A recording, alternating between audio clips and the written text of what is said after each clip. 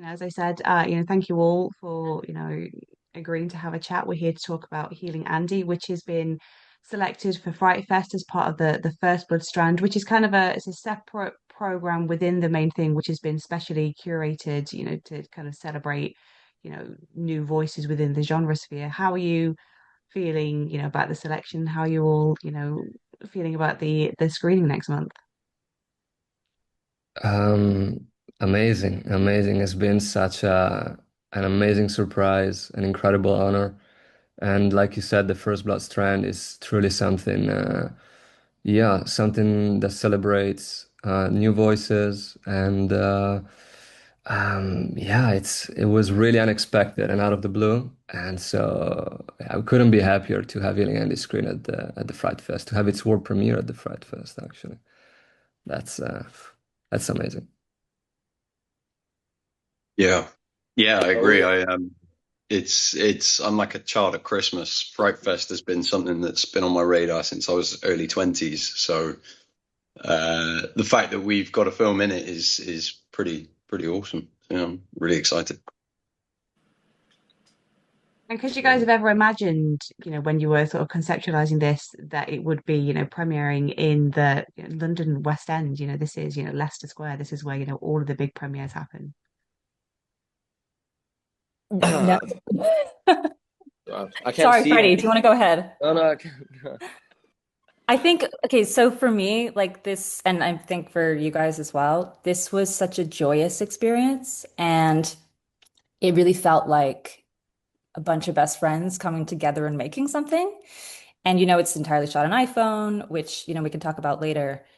But to have received such amazing feedback so far has kind of been a bit overwhelming because it just felt like we were having a great time and we were hoping they would do something, but we never expected that it would go this far and that it would have such a great, yeah, great reception.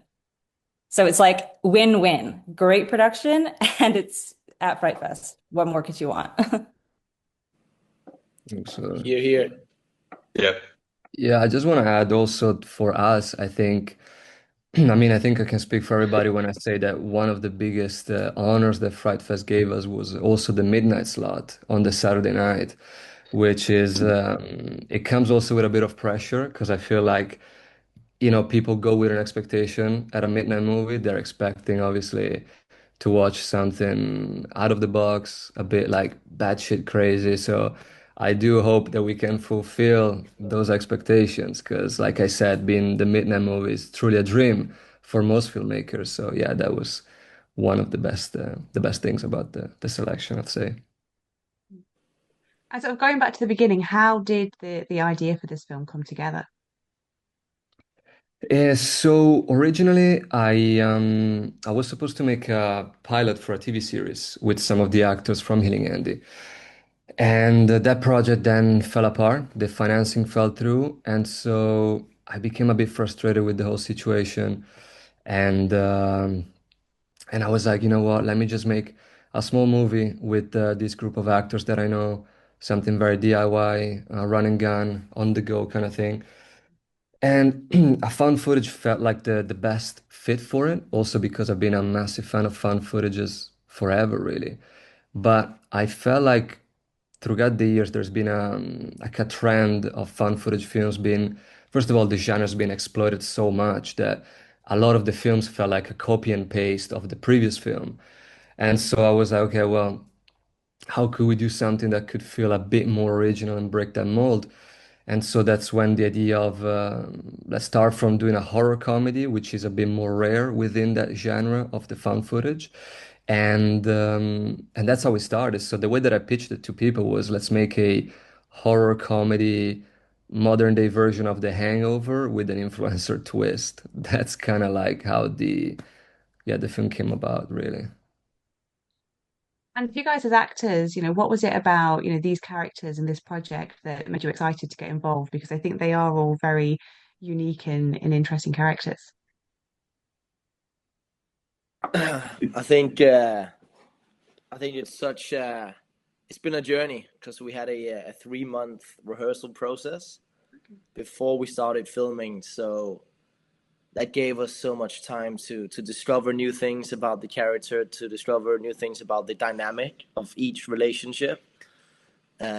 Personally speaking, for Holger, I did a lot of research on like YouTubers, vloggers, how they kind of behave, and it's always this constant hype for the camera and to get content and to keep the show going in a way. So I had a lot of fun kind of annoying the boys on set while filming Um, that character. Like, just to portray that, because it's such a relevant thing in this day and age with social media, YouTubers, streamers, vloggers. So I had so much to dive into and to research and to like explore. So it's really fun, really fun to play and doing it with real life friends who I respect and love as actors as well. It was special. Sorry, Matt, do you want to go ahead or? no, feel free, feel free. Um, so the way that like Ginger came to me was actually through a conversation that Villablanca and I had where he was telling me that sorry, the project fell apart because of the funding. This is the previous project. And he was like, "Well, what's your dream role?" And I was like, "I'd really love to play a redneck who is so fucked up and depraved and absolutely disgusting." And he was like, huh, okay, I don't really see that for you, but okay. And then like I think a month went by and we hadn't really spoken. And then he was like, I got this script. What do you think? And that's where Ginger was. And it was like, we've literally made my dreams come true. Like this is exactly the role I've always wanted to play. And yeah, it was hard to connect with a character like that because you feel I like to think that Ginger and I are very different people morally, I hope. And but to play a character like that, you have to truly empathize with the character. You can't to do that character justice, you have to believe that in another life you could have been that person.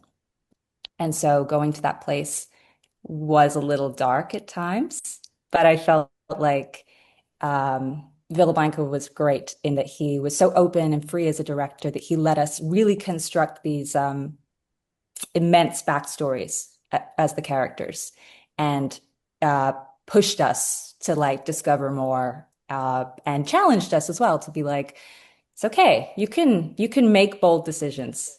So yeah, it was a fun, really freeing, uh, yeah, character to play for me.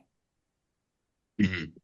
Yeah. I completely agree with Gemma there. Actually, with I had a similar thing, but the opposite. Because Andy obviously isn't quite a ginger, but I did hate Andy for the first kind of few 2 months maybe of rehearsals. I really struggled to get on board with Andy because he was so pathetic and whiny. And then when I realized that actually he's a massive extension of my own personality.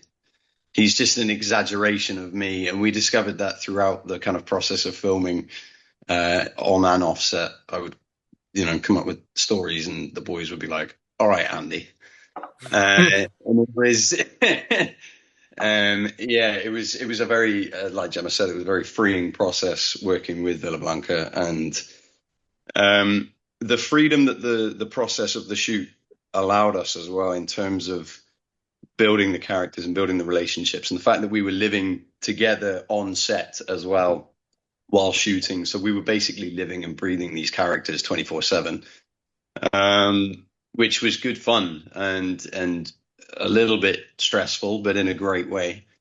Um, but yeah, it was I think also something that helped a lot was the improvisation aspect of the film.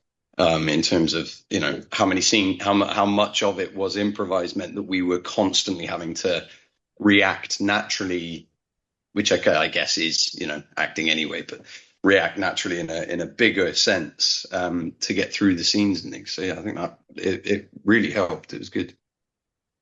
Yeah, I mean, 3 months. I mean, a lot of the times I'm talking to, to casting crews, and it's like we met about 5 minutes before we shot the first scene. So the fact that, there was this time to build that, to build those relationships and that dynamic, I think obviously is one of the film's strengths in a way, I guess. I think also to make a film like this, it relied like what Matt was just saying, piggybacking off of that about the improvisation part of it. It relied on us really trusting each other as an ensemble. And I think the fact that we were all friends and became closer friends throughout the rehearsal process meant that by the time we got to Italy and we started shooting, we knew each other so well, and we also knew the characters so well. So it just gave us the foundations and the structure to be able to just be really free in the characters, in the scenes, and come with really like fun, strong ideas. As you mentioned, this was, shot on iPhone. How, can you just, talk a little bit about that process? Was that, was it a DOP holding, the iPhone, or, were the actors then suddenly thrown into that role as well? Well, so the idea for the iPhone actually came for practicality reasons, to be honest. Because I thought originally, okay, we can shoot it with either DSLR or mirrorless cameras, but I genuinely felt that for the actors that would have to operate most times, really, I think the actors operated like 95% of the time the camera, and the other 5% it was me, really. But the actors, I think they needed to have something that was as less invasive as possible, because operating a mirrorless camera or something like that would have made them a bit more self-conscious about the process. Because these cameras are always a bit bigger, a bit more fragile, and so I wanted to use something that was going to be like second nature to them. And the iPhone, to be honest, seemed like a very, very interesting fit. So because we shot this in 2022, the iPhone 14 Pro Max, I think, it just came out. And so I ran some tests with it, and I honestly loved it. I thought the internal stabilizer, the built-in mic, depth of field, the crispness of the image, the quality, it was honestly insane. And the fact that we could rig it anywhere, it was such the most freeing experience possible. Like it was, especially because, as you know, like in the film, I mean, there's a lot of comedic gags, some stunts, horror sequences. So we needed something that could feel, that could kind of withhold that sort of like heavy duty kind of filming.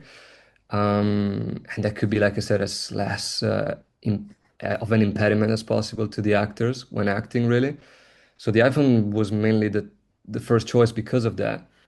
And also because Holger's character, I would say he's more of a TikToker, an Instagram influencer, as opposed to a YouTuber. So in my mind, most of these influencers nowadays, they already use phones to make their content most times. So I thought, okay, this guy, if he was gonna go and make a cinematic vlog of some sort, it would still translate that format into his vlogging as well. And the iPhone is something nowadays, or any phone really, is something that we are so used to digest content with. So that image felt like very familiar, and yes, it was a mix of things, a mix of creative and definitely practical reasons to help the actors genuinely. Yeah. And as actors, how is it also being, your own cameraman? Freddie, you want to take that one, considering you were 99% of it? It was whoa! It was an experience. Very, very fun. Very, very fun. Because my character is the influencer person, I got to hold the camera quite a lot, which was so interesting because I got to shoot and film my castmates and having to balance acting while trying to get the best shot. Yeah, it was such a unique and incredible experience, and very teaching. And yeah, it was such a run and gun production, and getting the camera all up in their faces, and like using the camera as a prop almost as well was it was such an interesting experience. But I really loved it. Again, we had the rehearsal process, so that there's some early behind the scenes stuff where I'm still trying to navigate and learn how to do it. Luckily, when we got on set, I feel like I kind of knew how to get the right angles and use it in the scenes in the right way. But yeah, I loved it. I thought it was so fun. Such a unique experience. Don't know how they felt about it. I think it allowed for uh, a lot of extra interesting shots, and as you say, with the stunts and things, you know. I mean, I remember one day we did a scene where we were falling down a hill. There's no way we could have shot that with any other camera other than a phone. It wouldn't have been doable in the sense of the limits of the production we were in. And yeah, like you said, Freddie, it almost became an extension of the cast. It was almost like another character, because obviously you're addressing it, you're talking to the audience. So yeah, it was interesting. It was definitely interesting. Yeah. I I just think want Don't know to how also, you. oh, sorry, sorry. go ahead. No, no, Gemma, go ahead, go ahead. I think shooting on an iPhone, and obviously recently there have been a couple of films shot on iPhones that have done really well at the box office. Big films that have like a $10,000 rig on the front of them. This isn't that. This was an iPhone, which makes it so much more unique. We don't have the luxury of having millions of pounds to make this film. And I think it made us make more creative decisions because you don't have the budget. So you're like, great. Well, let's just make everything possible then, because you can, like, Matt said, you can throw an iPhone down a hill if you need to, or you can, it can smash, it can break, it can be thrown, it can be whatever, because it's not an Ari, right? So there was something like actually really freeing about having just filming everything on an iPhone. And there's nowhere to hide either. It's like you have this thing, it captures everything. What you see is what you get. I think it made a better film, weirdly. Yeah. Yeah, I Yeah. must say I did have my doubts at first when Villablanca said, "Yo, we're filming this on an iPhone," but fair play, you did it. Fair, Pulled it right? off. I just want to say that, believe it or not, like we after watching a movie, we actually never broke that phone. Not even a dent on Yeah. the screen. I don't know how that happened. I swear to God, we shot like hundreds of hours of footage, and we still have it here somewhere. And it doesn't even have a chip on the screen. I don't know how, genuinely. It was like blessed. I think that, yeah, shout out to the 14 Pro Max for being like the Nokia back in the days. It was indestructible. Really, really. Yeah. Yeah, I mean, Apple, they need to get that in the ad, right? That you can, put snippets of all like, the more high octane stuff that you were doing and just being like, yep, it survived. Like, normally it's like they just like drop it in like a bit of water, but Yeah, let's show people the scope of what you can do with it and not hurt it. true, Yeah. true. I think once upon a time, it was in films, particularly horror films, it was the writer who was the protagonist, the journalist or the author with writer's block or whatever. But there does seem to be a trend now of, content creators and influencers. Why do you think that is? Is it just a thing of, a sign of moving with the times? What do you think it is about these sorts of characters that audiences are so drawn to now? Well, if I could say personally, I think it's literally like you said, a sign of the times. I think most entertainment stuff like cinema and music, they are mainly driven by young people. They are the ones that will that decide what's trending and what not and what's not. And so I was making this example to Frederick a few months ago about I Show Speed, which is now a colossal persona in the live stream space, and him alone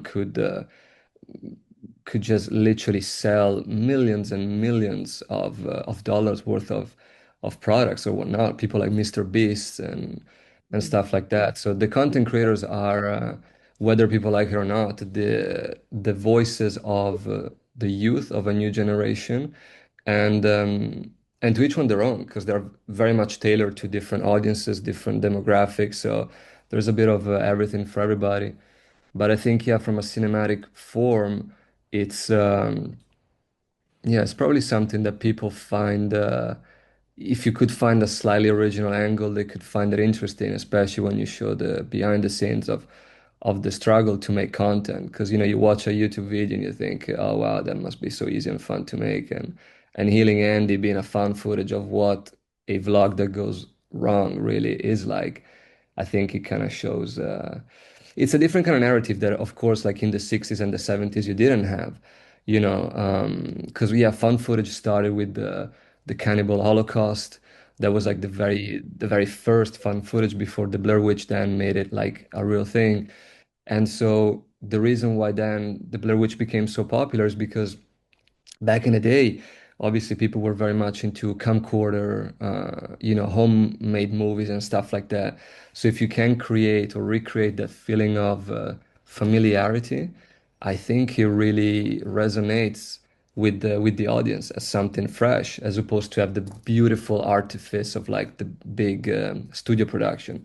Sometimes watching something that feels like this could be something that I could do or that I could see on a phone on a daily basis. I think, yeah, it's something quite interesting to play with. That answer your question. And I guess as well, the influencer really helps in a found footage scenario. I think something that is so often a problem with found footage is why are they still filming? All this still's happening. Why are they still filming? But I feel that within an archetype of an influencer or a content creator, of course they'd still be recording because that is their Exactly. entire life is on film. So I guess an influencer must really help when making a found footage film because you don't have to kind of think your way out of like, in Blair Witch, why are they still recording themselves lost in the woods? They're doing a documentary. Why are they, but in this case, Yeah, obviously it works because why wouldn't they keep filming? Mm. Yeah. absolutely. Yeah. And you see that, I mean, sorry to jump in there, you see that in real life. I mean, on TikTok, Instagram, whatever, you see a video of someone getting injured or something happening and people are filming it and all the comments, everyone's in the comment going, yeah, don't worry about calling emergency services, just keep filming. And that's what today's reality is. It doesn't matter what's happening. As long as you got it on camera, it happened, and no one can say otherwise. So I think that really kind of it does add to it a lot in the fact that, like Villablanca said, it is fresh. It is something new. It's not something, YouTubers and influencers very much are contained within the media that they are in. There's not that many movies about. I actually can't think of a movie about an influencer or a YouTuber off the top of my head. I may be wrong with that, but I don't think there is one. So I think this kind of It's kind of it's a new trend that's starting to pop up, but they are all very different from one another. Like this one is yeah, very different yeah. to some of the others that are out there. I think Yeah. also jumping in on that, there's entire subreddits that are dedicated to, praise the cameraman or gifts that ended too soon. People's obsession with watching morbid things happen on the internet is insane. And I think what Healing Andy does really well is that it questions the absurdity of like our lives being completely public domain now. The question is, have we gone too far? Are these moments, should they be seen or should they be kept private? And it goes to the absolute extreme of that. What could go wrong if every single thing that you ever film is there for everyone to see? One thing Yeah. I love about that, not to give any spoilers, the boys get in trouble, of course, big trouble, and that's when they go.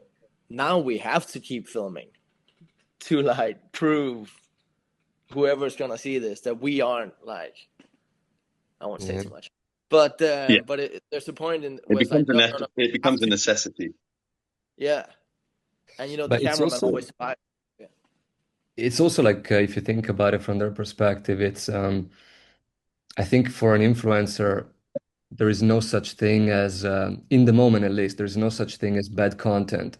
Because if things go really bad, that's like, oh, this could really actually enhance the quality of the thing. There was some years ago a famous YouTuber, Logan Paul. He ended up in this scandal about filming a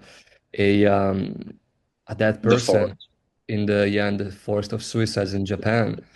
So it's one of those things that in the moment they probably feel like, oh, this is something that would be great content, and then afterwards they have to deal with the consequences. So I feel like you were saying, like sometimes the influencers, the YouTubers, they're like, it doesn't matter what it is. Actually, the more extreme, probably the better it's gonna be because it's gonna get us more clicks. So now it's even more of an excuse to keep filming, and we'll deal with the consequences later on if if we make it out alive, kind of thing.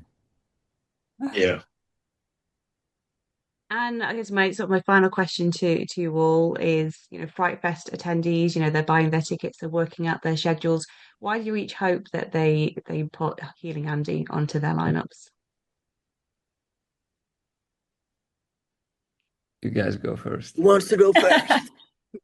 Okay. I mean, I'll go first. For me personally, it's a big mix of the amount of work and time that goes into making any project and any film, but the fact that this was shot across the greater time span of 4 years, that amount of and edited and put together through such a small guerrilla team. I think for me personally, it's such an achievement that we even managed to pull this off. To get to this point that it's like, as you said at the beginning, it's premiering at the Odeon Lux in Leicester Square, which is wild. And I just think people, especially in the genre of horror is very saturated with, the same thing, just kind of rehashed every few years. I struggle to find decent horror as much anymore, and I'm quite a big horror fan. And I think this is fresh. I think it's new. I don't think it's ever necessarily been done before in terms of the horror comedy found footage subgenre. I think that's something that we've really kind of tapped into there, and I think it will appeal to a lot of different people as well. I think it's got a kind of a wide range within the horror genre audience. So, yeah. You guys, Freddie, Anyway, Gemma, you want to add something to that? Yeah, Yeah, I Gemma, think please. oh, sorry, Freddie. No, I would love Jumping to hear in. your thoughts. I think that this film, like I said before, it's like the purest form of filmmaking, and we're not hiding behind anything. So come and see if you ever thought, if you're a filmmaker and you ever thought, I can't make that because the budget, or I don't know how I get it, like, come and watch our film because we'll prove to you that you can make a film on absolutely nothing, and you'll have a great time. I think also, just to stick up for maybe the female characters a little bit in this film. I don't see female characters like that very often in horror films. I think there's often like a trope where they're sweet and innocent and sexualized. And I love that the female characters in this are the ones that lead you down the garden path and completely lead you astray, and they're also the ones that are the heroes in the film. And if you're a female horror fan and you feel like you haven't been represented or haven't seen a film that has really strong female characters in it, come watch ours. So come see some weird ones. Yeah, I totally agree. I would say, yeah, if you are around in London, Leicester Square on Saturday, 23rd of August, and you want to see a batshit crazy horror comedy movie, then I think Healing Andy will hopefully quench your thirst for that, let's say. It's a wild ride.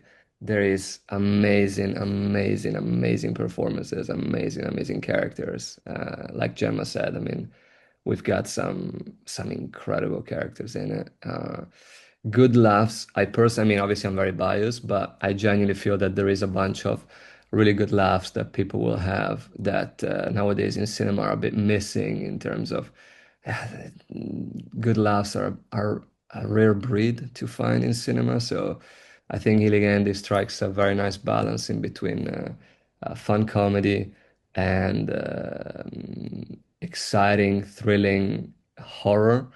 And at the same time, there is also heart to it. You know, we wanted to make a story that still had some, some meat at its core, to tell a story about friendship and the good, the bad, and the ugly sides of friendship. So I think it's a bit of a roller coaster of everything. So, like I said, it's a crazy ride, and yeah, we love for people to join us and to see it.